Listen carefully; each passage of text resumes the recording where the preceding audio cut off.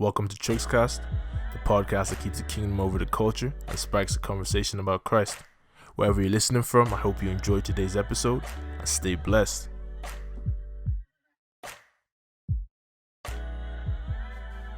Okay, so I'm joined today with my mom. Guys, I'm really excited for this episode. So I'm here with my mom. I'm here with Mali Chanwa. I'm here today.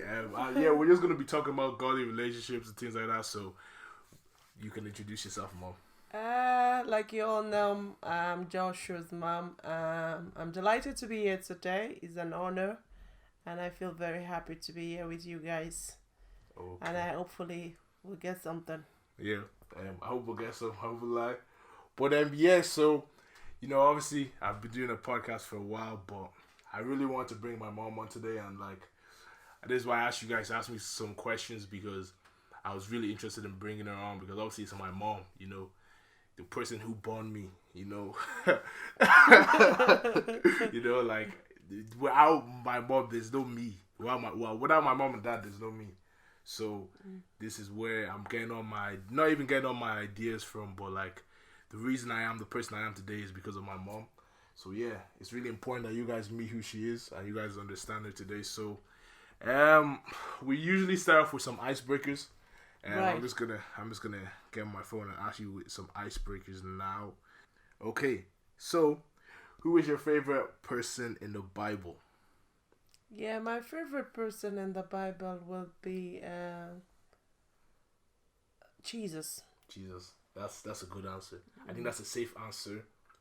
But at the end of the day, the whole Bible is about Jesus. So I think it's really important for us to really, and that's why I'm starting to understand more and more every day that reading the Bible, we need to try and link the Bible to Jesus and to see where we can read Jesus in the Bible, because the whole scriptures point back to him. Yeah. And then, what is your favorite scripture in the Bible?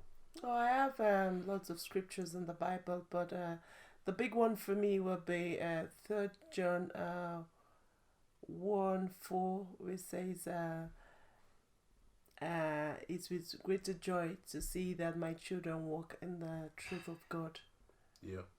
I have no greater joy than to see that my children walks in God's truth. Yeah. That'll be a big one for me. Yeah. Because my prayer will always be that my children walks in God's truth. Yeah. And even you yourself as well. Yeah. And then also, what's your favorite Christian song or gospel song right now? Or I know you like to listen to. Yeah, I like. There's this one. I love lots of. The morning devotions from different person. But I love Mercy Chiwom. Oh, no, I don't know who that is. Chinedum. What kind of songs did she sing? Igbo songs. Yeah, I love that. Can you give us a bit of email? Chinedumo. I said the Lord build the house, the builder building friends. I go, they carry me, they go. Anywhere they go. I love Christian music, but I love more of traditional music, like Yoruba music, like Igbo music. They give me more meaning. Yeah. I love English music, don't get me wrong, but I love more of, I get the connection. Yeah, traditional. Yeah, traditional music. Yeah. They bring the closeness of your relationship with God. Yeah, because obviously growing up as a Christian, growing up these are the songs you played in church. These are the songs you listen to in the CDs. Obviously, we don't have CDs now. Yeah. We listen to music online, but they're still on YouTube and stuff like that. So I'm understanding. And then, what would be one word to describe yourself? One word that you would use to describe yourself? I am confident. Confident. Yeah. And I'm a child of God, but I'm very confident. Confident, yeah. I think that's true, guys. Confidence. I feel like I would have gotten most of my confidence from my mom and my dad.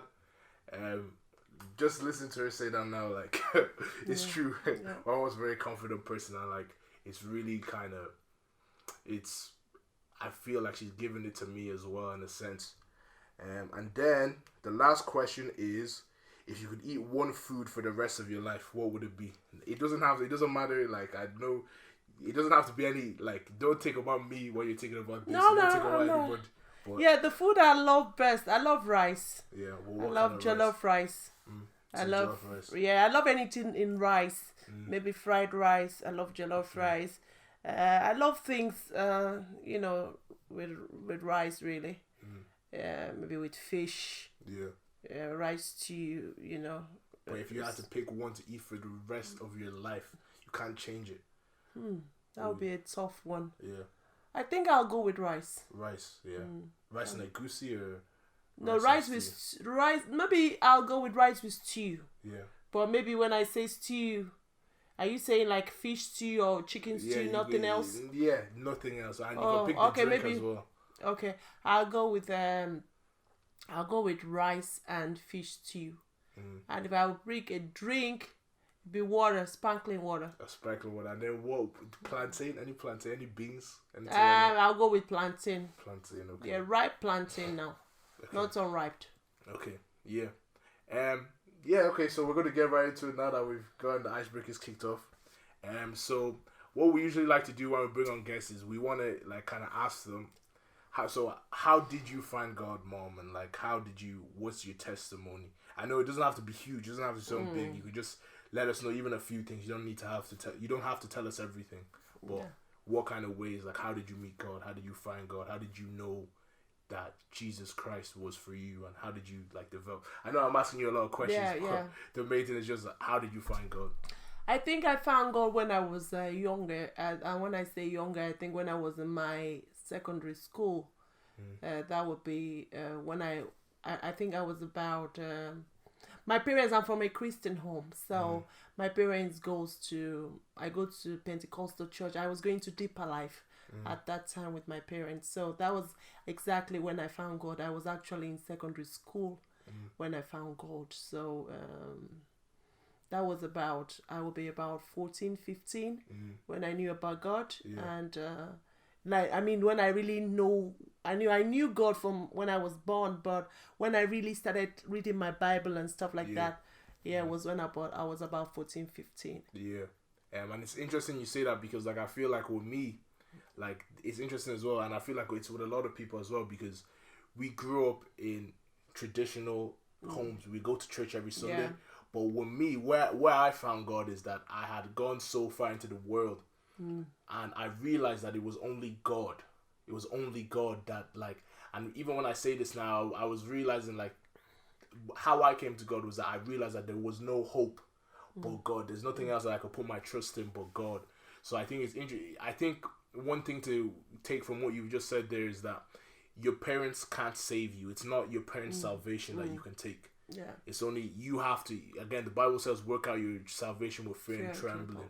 So I think that's really important. I didn't know it was that young. So that's really good as well. And then, so now that you guys have introduced, this is my mom, guys. This is the first love the only love of my life right now. Like, we're just gonna ask some questions because you guys were really interested in asking my mom a lot of questions when I decided to put some up on my social media. So the first question, because I don't know, it seems like all of these girls and guys that ask this are weird. They want to talk to you about dating and relationships and all that stuff. But the first question that I'm going to ask you is, how did you feel after you heard my testimony? First of all, I wasn't in church when you gave your testimony. Yeah. So your dad came in and told me, and I said, okay. And your dad just said it like, oh, this was what Joshua said. He came out to give testimony. I said, okay, that's good. At least God has delivered him. That was what I said to him. And then when you sent me the clip, that was when I heard the full testimony. I was happy because the reason why I was happy, I wasn't happy for me. I was happy for you.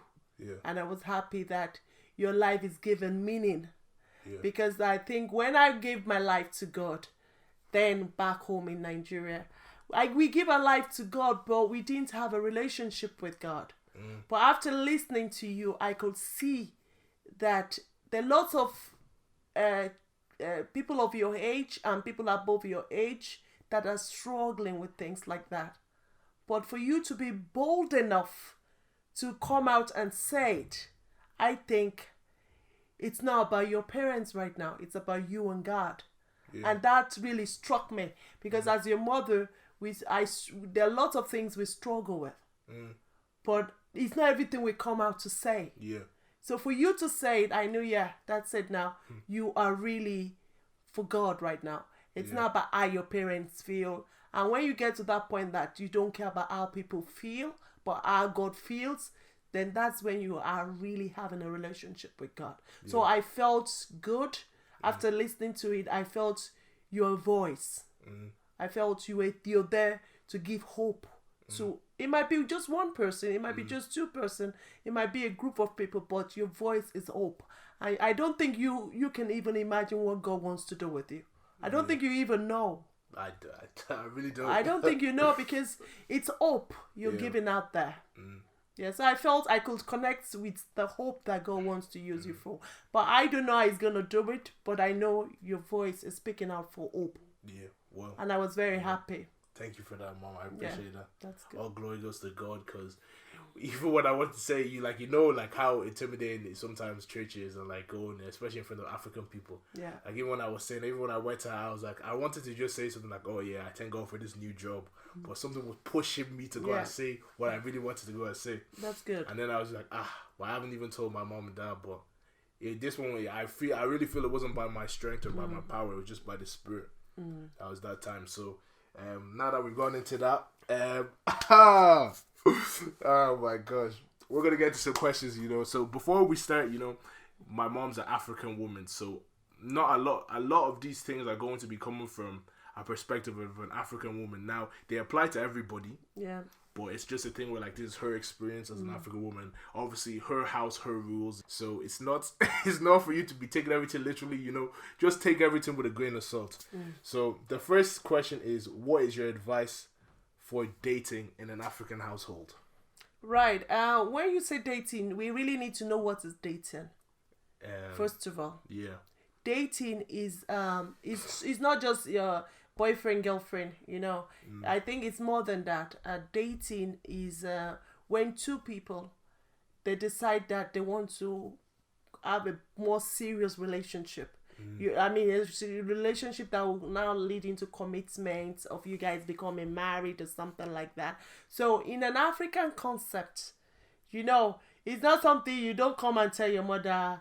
In Nigeria, most especially when I say African, I'm not really saying Nigeria. African in totality, dating in African concepts is I can't say it's a taboo, but in African concepts, it comes with maturity and responsibility. You don't just say you don't. It's not something you do lightly. You don't. When you say you're dating a girl, you're not just saying boyfriend. You're not dating the girl you're not doing it to experiment your body. 100%. It's not by experimenting your body. That's the time you have to know who the person is, because you want something more serious. You see if you're compatible.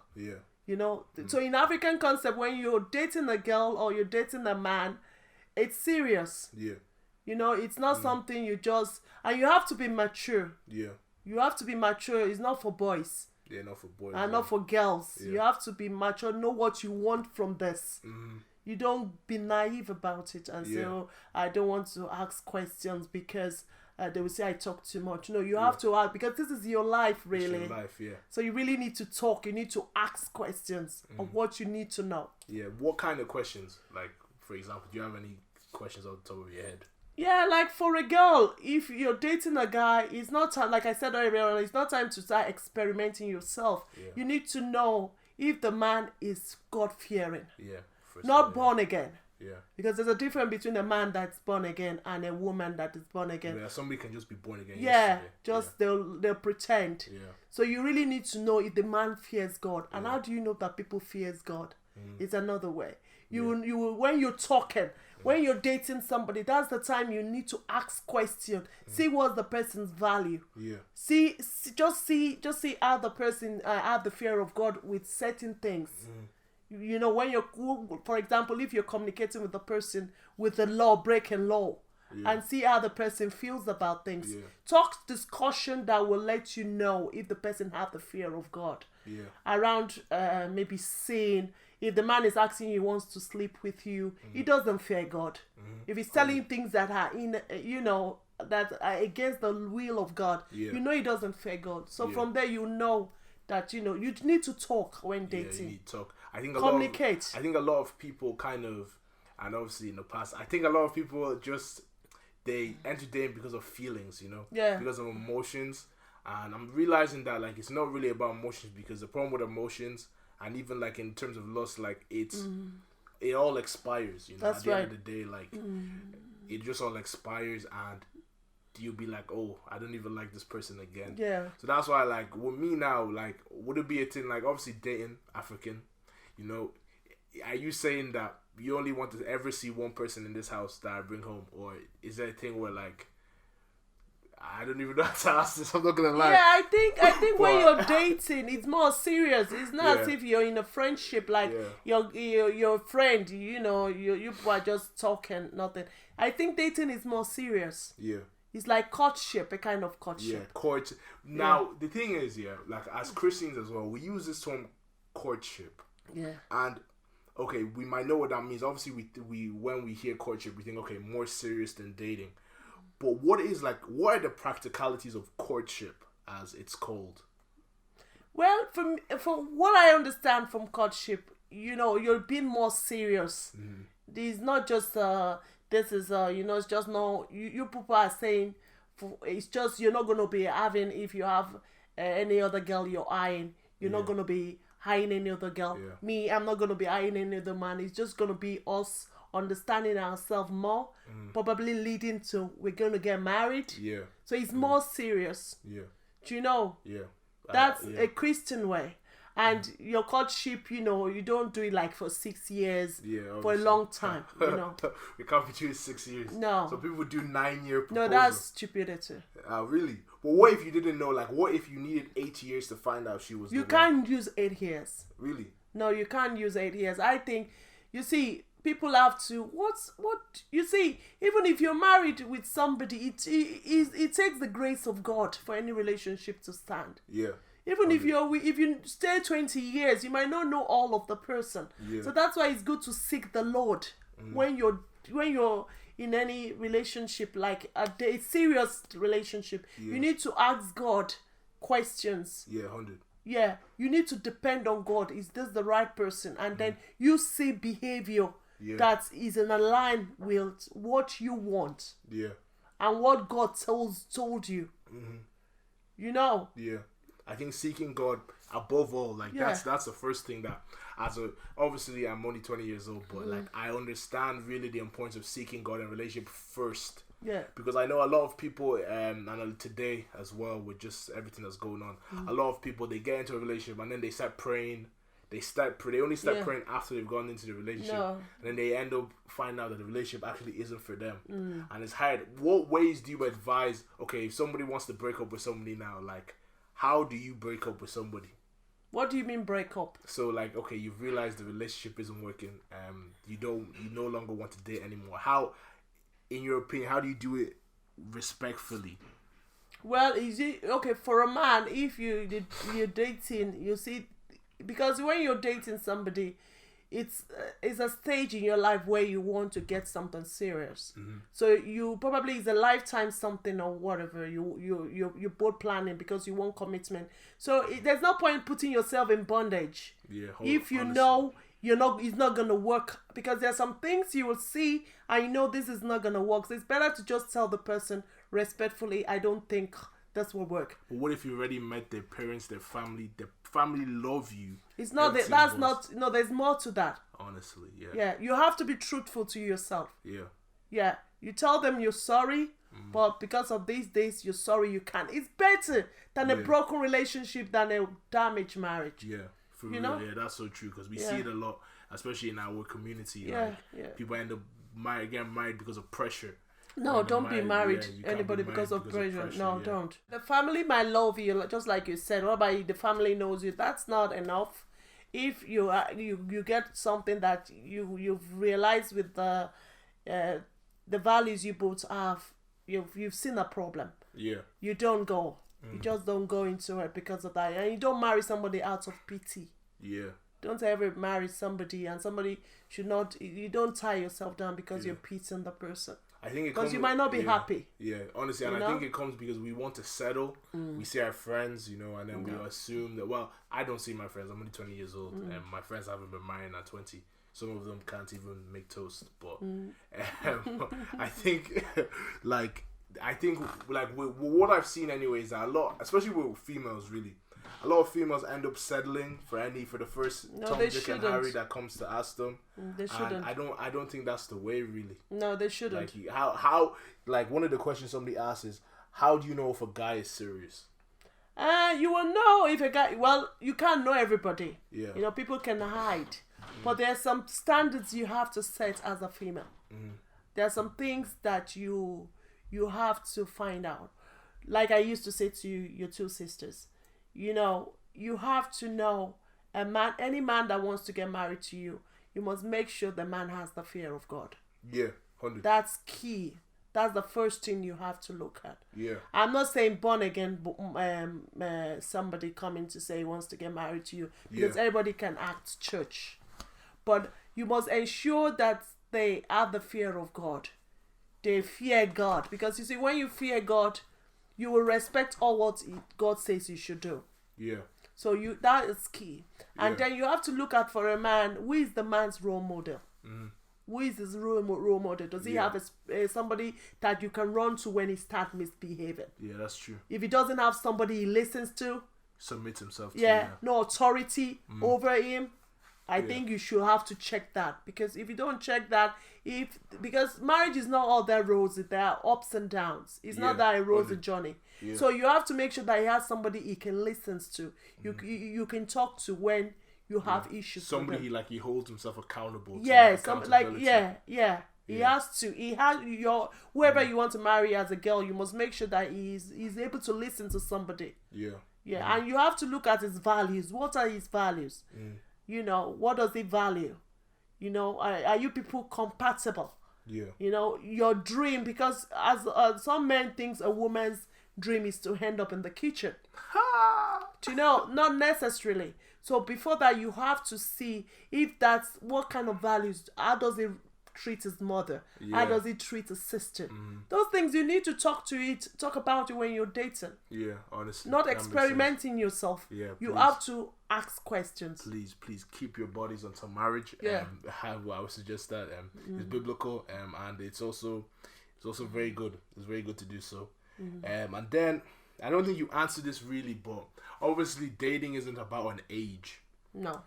But when do you feel like, okay, a stage of life, what stage of life can somebody start, coming to you now saying, okay, for me, let's use me for example now. What age or what stage of life would it be, not even acceptable, but would it be a thing where you'd be like, okay, my son can now date, or I don't even know how to ask this, but can be serious. It can be serious. Yeah, it can be serious. What they obviously when I was 17 and 15 and I was dating all that, obviously that was rubbish back then, but I wasn't rubbish, but obviously it wasn't serious.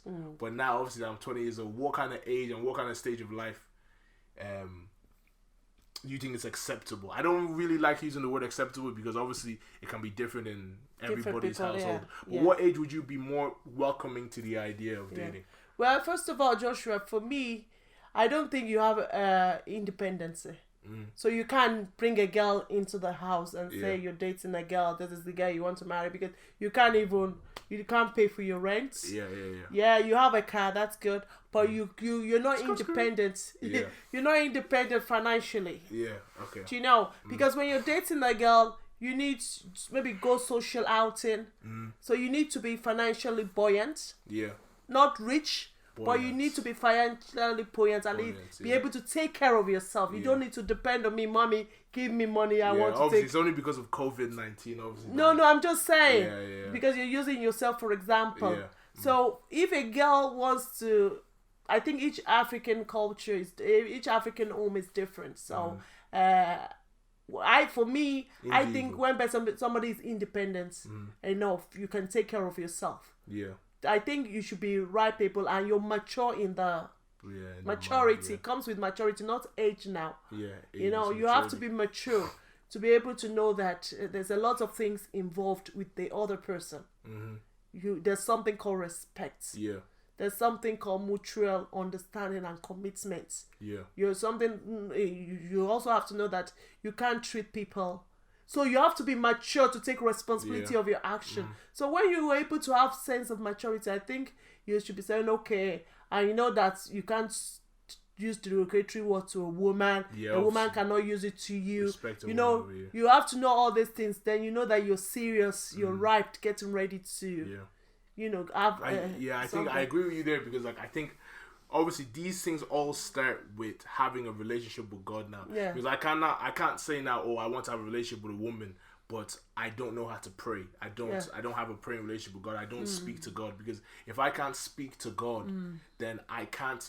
If I'm not able to submit to God, then how can a woman submit to me? And that's right. This is an interesting topic, because one thing that's happening with a lot, like I feel like there's a lot of like I don't even want to say controversy around this, but the issue of submission is something that's really prevalent, not even relevant, but it's prevalent in our society today as young people. Yeah. So obviously, I'm just trying to find a Bible verse where it talks about submission, but basically it says here, I think Ephesians 5. Yeah, Ephesians 5. I think that's what it says. So like. What are you? Obviously, we know that the woman is supposed to submit to the man. So, what are your not even opinions or thoughts, but like, how do you feel this should be? How can this be properly applied in a Christian marriage? Right. Okay. With submission, right? If you look at, I think we are very quick to quote that section that says, "Wife, submit to your wife." But if you read, I think 2 verses before that, it says, "Submit to one another." According to the fear of the Lord, something like that. Yeah. It says something like that. So submission, submission is like love. You know. Yeah. Submission is like you're trying to respect your husband. Yeah. It's a kind of action. You know, so I know people struggle with it because they think you're like a slave. Yeah. He's telling me what to do. No, that's not what submission. Submission, when the Bible tells you, and that's why it says that before you get married to any woman, knows that she has the fear of God. Yeah. Because when you have the fear of God, you will not struggle with submission. Yeah. Because you know how the church works. Because I'm going to talk from a Christian perspective, because I'm a Christian. Yeah. So you know that the church obeys Christ. Yeah. So there's accountability for that. Yeah. But that does not mean that when you're submitting to your husband, does not mean that you're weak. Yeah. Rather, he's saying that you're not being self-centered. Yeah. You're just not trying to consider your husband's need and stuff like that. That does not mean you're actually, submission means that you're the bigger person. Yeah. In the sense that it's actually saying that, oh, you can overlook all what he's doing. Yeah. But you're doing it because it's an obedience it's a command from God. Yeah, exactly. You know, it's not necessarily the man, but it's God. It's a commandment from God. Yeah. That's why I feel like it's easier to submit when you're seeing it from that kind of perspective. Not the perspective of, oh, I must put myself under this man. Yeah. For what? Yeah. But like, it's biblical. Like, I don't even like to bring this topic up, because obviously I'm not married. Like, I'm not saying now that you should be submitting to your boyfriend, or you should be submitting to any random uncle there, but it talks about submission, you know. Yeah. I think some people want to argue, you know, the feminist movement wants to kind of take it away. I don't really want to get into that today, but at the same time, I like how the Bible also talks about the husband as well. It says here, because a lot of guys that are my age and a lot of guys that I know, they like bringing up this verse when we're just having conversations. But it's also important for the man. It says husbands. It says from verse 25. So Ephesians chapter 5 from verse 25. It says here, husbands, love your wife just as Christ loved the church and gave himself for her, that he may sanctify and cleanse her with the washing of the water by the word, that he may present her to himself a glorious church, not having spot or wrinkle or any such thing, but that she should be holy and without blemish. And what I'm understanding is that as a man, as somebody who wants to be the head of a family, like we obviously we're the heads of the family, but we can't be shouting, I'm the head. You do know your word. Because it says here you wash her with the water by the word. So if you don't know the word, how are you going to be able to wash a woman with the word? How are you going to be able to present her a clean sacrifice. You know what I mean? Yeah. I feel like that's important as well. And it also says, so husbands ought to love their own wives as their own bodies. He who loves his wife loves himself. So I don't understand. You can't beat your wife. You can't abuse your wife because you guys have both become one flesh. Yeah. For you to hurt your wife, you're hurting yourself. It's like if I break my leg purposely, like that's what I'm starting to understand. And what I'm also understanding in the home is that, like, although the man is the head, the wife is the neck. You know, so like obviously the head is the covering. Obviously you can't do anything with a head, but without the neck you can't move. You can't rotate, especially in the home as well. In things of the home, you can't move your neck. You can't move your head without your neck. So I really feel like people like to put them against each other, but I really feel like they complement each other. The man and the woman complement each other. Even in the Bible, we see how the man and the woman complement each other as well. And if we can really look to Jesus as his example for the church, then he put his life down for the church. So as a man, if you're not willing to put your life down for your wife, this is for your wife. I'm not talking about your girlfriend. I'm talking about for your wife. Yeah. Then you can't open your mouth to be talking about submission. Because I feel like some people like to beat up people with this verse. But I'll come in there, Joshua. You see, if you read first, I'm going to make it easy for you guys. If you read 1 Corinthians 13, it talks about love. Love covereth this. Love. If there was a place that talks that love does not care about itself, is self-centered, and that's submission as well. So, and that's what it says in the earliest chapter of Ephesians 5. It says, "Submit to one another in the fear of the Lord." So you can see that. You see, when you love your wife, this is the trick for me. When you love your wife, submission will be very easy. Yeah, I think so. Yeah. Do you know, and when I say love, it's not saying it by mouth. I love you, No. Love is practical. Love is denying yourself. Denying yourself. Yeah, denying yourself for your wife. And that's what submission is. When you don't think, you're not self-centered, you're respecting your husband. Do you know? And if you both have the fear of the Lord, I don't know, there are some things we won't struggle with. Yeah, I think because you will just look at it that, okay, I'm not saying marriage is rosy, because sometimes your husband might do something that you say, oh, why am I submitting to this man? But when you remember that he's the head, he's Christ, you overlook.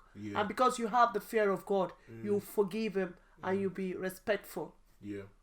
And then also, I think that's really important as well for, like, I know a lot of guys are like, oh, my wife must stay at home. Well, they don't say my wife must stay at home, but, like, they say sort of things kind of alluding to the fact that the woman belongs in the kitchen and all this stuff. I think that's wrong. It is wrong because, like, we need to be able to cook, you know. I think you see, I think most of this problem is caused by the mothers. Really? Yeah, I think mothers cause most of this problem. And was it like they pamper their sons too much? Yeah, I think most mothers needs to start training their boys to know how to respect women. Yeah, 100. You know, and it depends on how the boys treat their mother at home. They need to start training them to know that a girl's life does not have to necessarily end in the kitchen. Yeah. She has a choice to make that decision if her life wants to end in the kitchen. And that's why when you're dating a guy, that's when the value comes in. Yeah. Because when you're dating a guy, you don't experiment your body. That's when you start asking them, oh, by the way, how do you feel about what kind of woman are you looking for? Are you looking for a full-time housewife or a career woman? You need to talk about this thing. So that if the guy tells you, oh, I want a full-time housewife, you know you have to run as a girl. Run.